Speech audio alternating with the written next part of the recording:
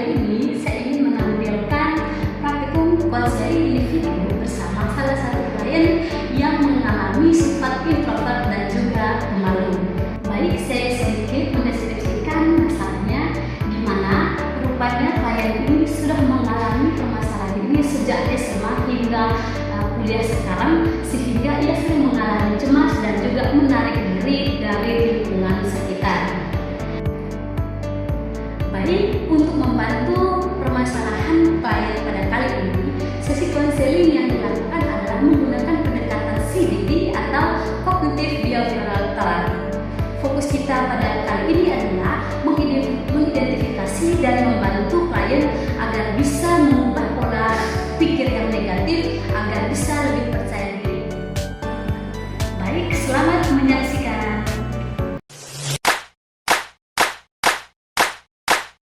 Ya, silakan masuk. Ini sih Ibu. Iya, silakan duduk. Silakan duduk deh, cari tempat yang nyaman ya, posisi yang nyaman. Sama adik Frida ya, yang tadi sempat dari Ibu ya. Gitu. Gimana nih kabarnya hari ini? Tuhan kabarnya baik. Baik ya. Oke. Ya Frida, santai saja ya. Ya semua yang kita ceritakan nanti di sini akan bersifat rahasia. Jadi ada yang perlu takut gitu, nggak perlu tegang. Gitu. Kita santai aja cerita. Jadi seperti itu. Udah siap? Sudah saja. Oke, ya sudah. Nanti di sini kita akan melakukan konseling dan kita bebas menceritakan apapun permasalahannya. Jika rencana ada rasa takut dan juga dengan tegangnya, santai aja, akan bersifat rahasia. Namun karena nanti Ibu ada kegiatan lain, jadi kegiatan kita pada hari ini atau konseling kita akan lakukan 45 menit saja ya. Jadi selama 45 menit itu bisa bercerita apapun. Dan juga di sini Ibu sedikit memberitahu terkait dengan peran. Jadi di sini Ibu sebagai konselor yang akan membantu adik nanti menyelesaikan permasalahannya. Namun semua keputusan nanti ada di adik sendiri ya. Jadi seperti itu. Paham? Oke. Mungkin adik bisa ceritakan sedikit apa yang terjadi atau apa yang mengganggu adik belakangan ini sehingga adik bisa datang ke sini sekarang. Dari Ibu, akhir-akhir ini saya merasa itu kalau saya takut atau gugup itu berbicara di depan banyak orang itu, Bu. Takut atau gugup berbicara di depan orang. Kira-kira seperti apa takut yang kamu rasakan itu deh? Gugup, deg-degan itu kalau berbicara di depan orang, terutama saat di kelas mau presentasi itu. Gugup, ya, sampai kepikiran juga nggak? Iya, Bu, satu merasa cemas itu. Jadi kamu merasa gugup sampai pikiran kosong ya? Iya, Bu. Oke. Biasanya rasa itu muncul di situasi seperti apa aja?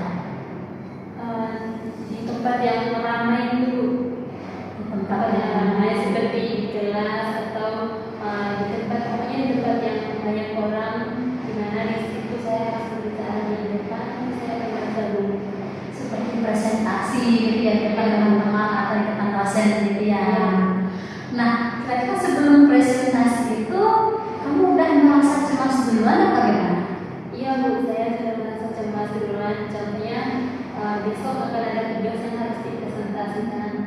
Nah, malamnya ini sebelum tidur itu saya akan merasa cemas, takut untuk presentasi kayak gitu. Oke, baik. Jadi sebelum kejadian pun adik Frida udah merasa tegang gitu ya, udah merasa pikiran sekali ya. Nah, saat adik di depan itu apa yang biasa adik pikirkan? Gimana ya, supaya firman ini saya berbicara ini takut salah mana, Bu, karena pada dasarnya saya introvert dan sangat pemalu gitu, Bu. Takut banget kalau ngomongnya itu salah, nanti ditawain sama teman atau diejek sama teman-teman kayak gitu. Takut salah dan takut diketawain ya sama teman-teman. Oke. Jadi kamu khawatir dinilai buruk oleh orang lain itu ya? Oke. Nah, kalau udah seperti ini, biasanya kamu melakukan apa? Kalau udah merasakan seperti itu, biasanya melakukan apa? Sejauh ini saya kalau udah buruk banget itu saya akan diam, nggak bisa lakukan apa-apa lagi itu, makanya rasanya takut banget. Diam gitu ya, yang melakukan apapun, nggak ngomong gitu ya. Apakah diam itu bisa membuat kamu lebih nyaman? Awalnya merasa lega sih Bu, tapi nggak nyaman juga gitu. Ya.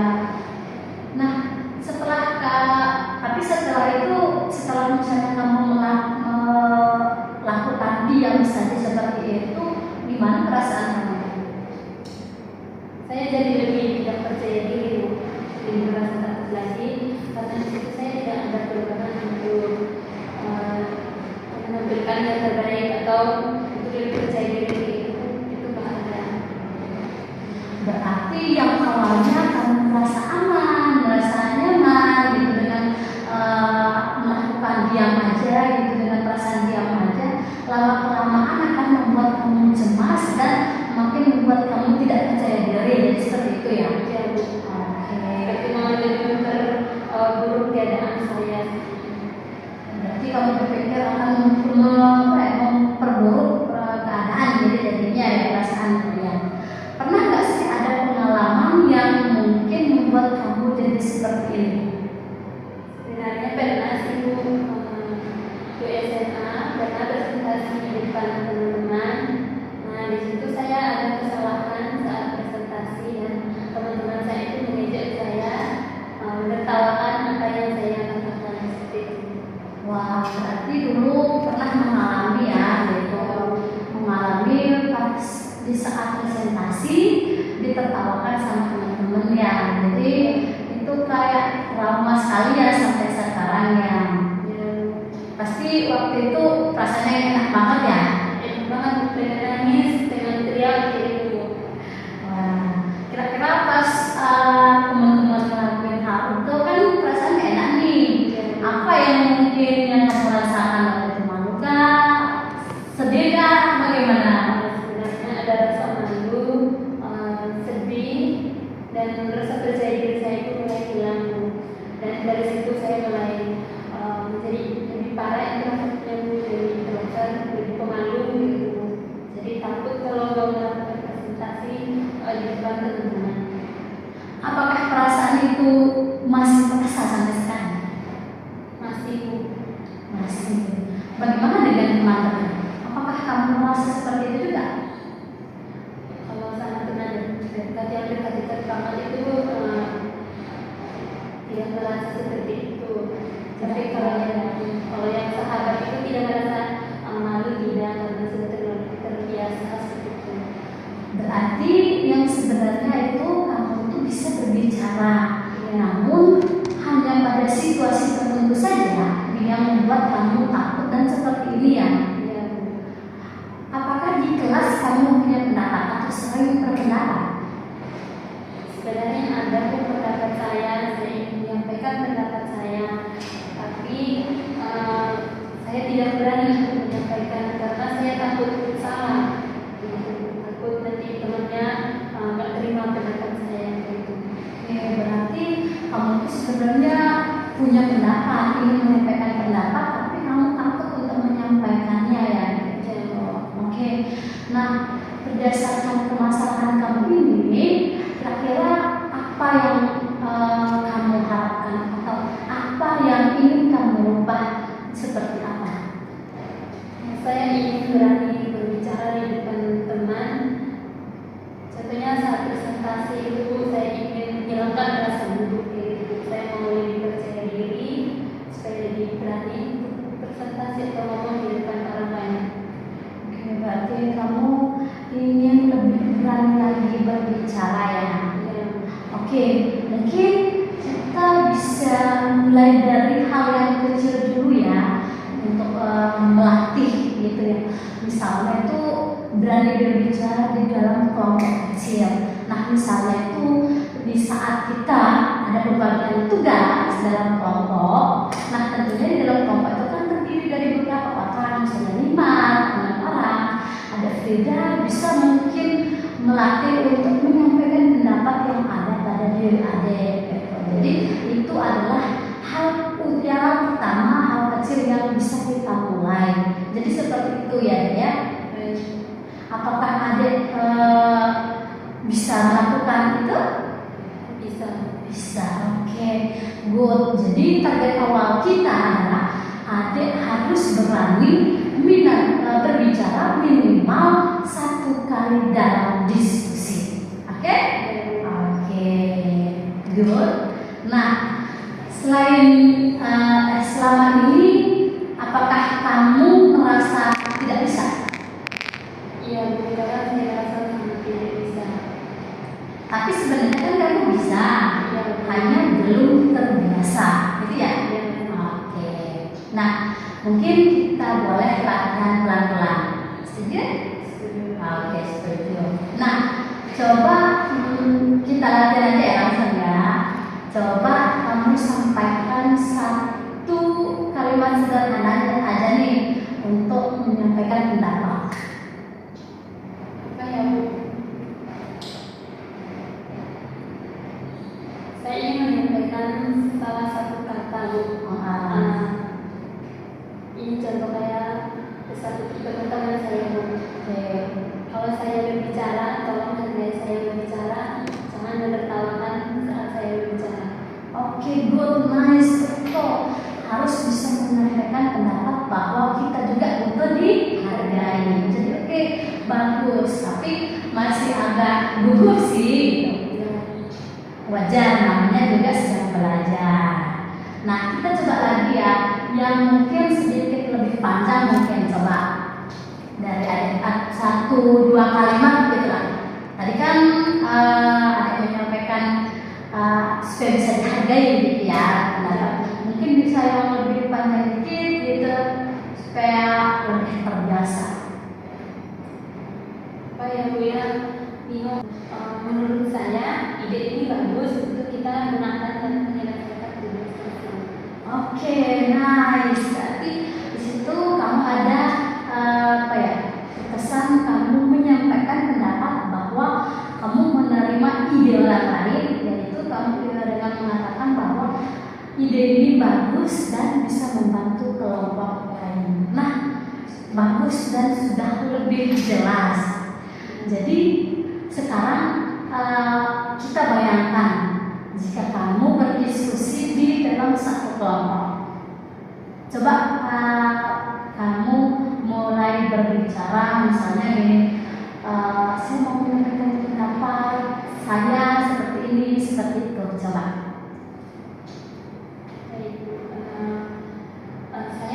Teman-teman, saya mau menyampaikan pendapat saya bahwa tugas ini kita harus selesaikan dengan cara seperti ini.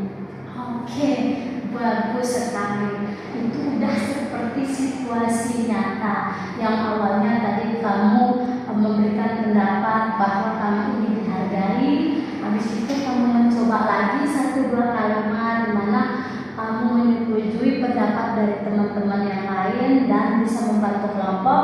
Dan yang terakhir, kamu menyampaikan benar pendapat kamu di mana menurut kamu pendapat yang hal yang harus dilakukan itu seperti ini. Itu udah lumayan bagus dibandingkan tadi di awal. Setidaknya kamu ada perubahan. Menurut kamu ada nggak perubahan dari apa kira-kira? Ada, Bu.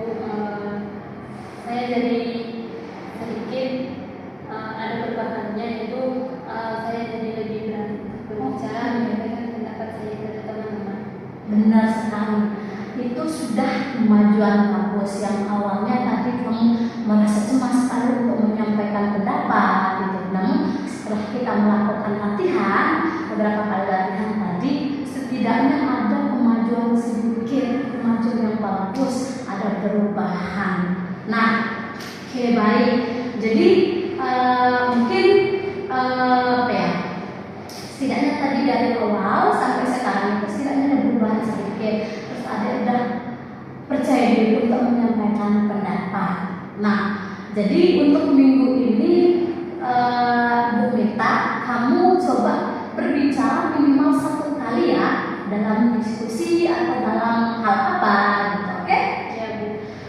Mungkin mulai dari teman yang menurut kamu nyaman dulu deh gitu. Misalnya kamu dekat dengan siapa nih temanmu itu misalnya sedang berbicara seperti itu, setidaknya kamu menyampaikan sedikit pendapatmu lah gitu tentang apakah gitu. Itu adalah hal yang penting yang kamu harus lakukan. Mungkin dalam minggu ini kamu harus bisa menyampaikan hal seperti itu, oke? Nah, dan ketika rasa gugup atau rasa cemas kamu kembali, mungkin kamu bisa melakukan hal seperti menarik nafas secara perlahan,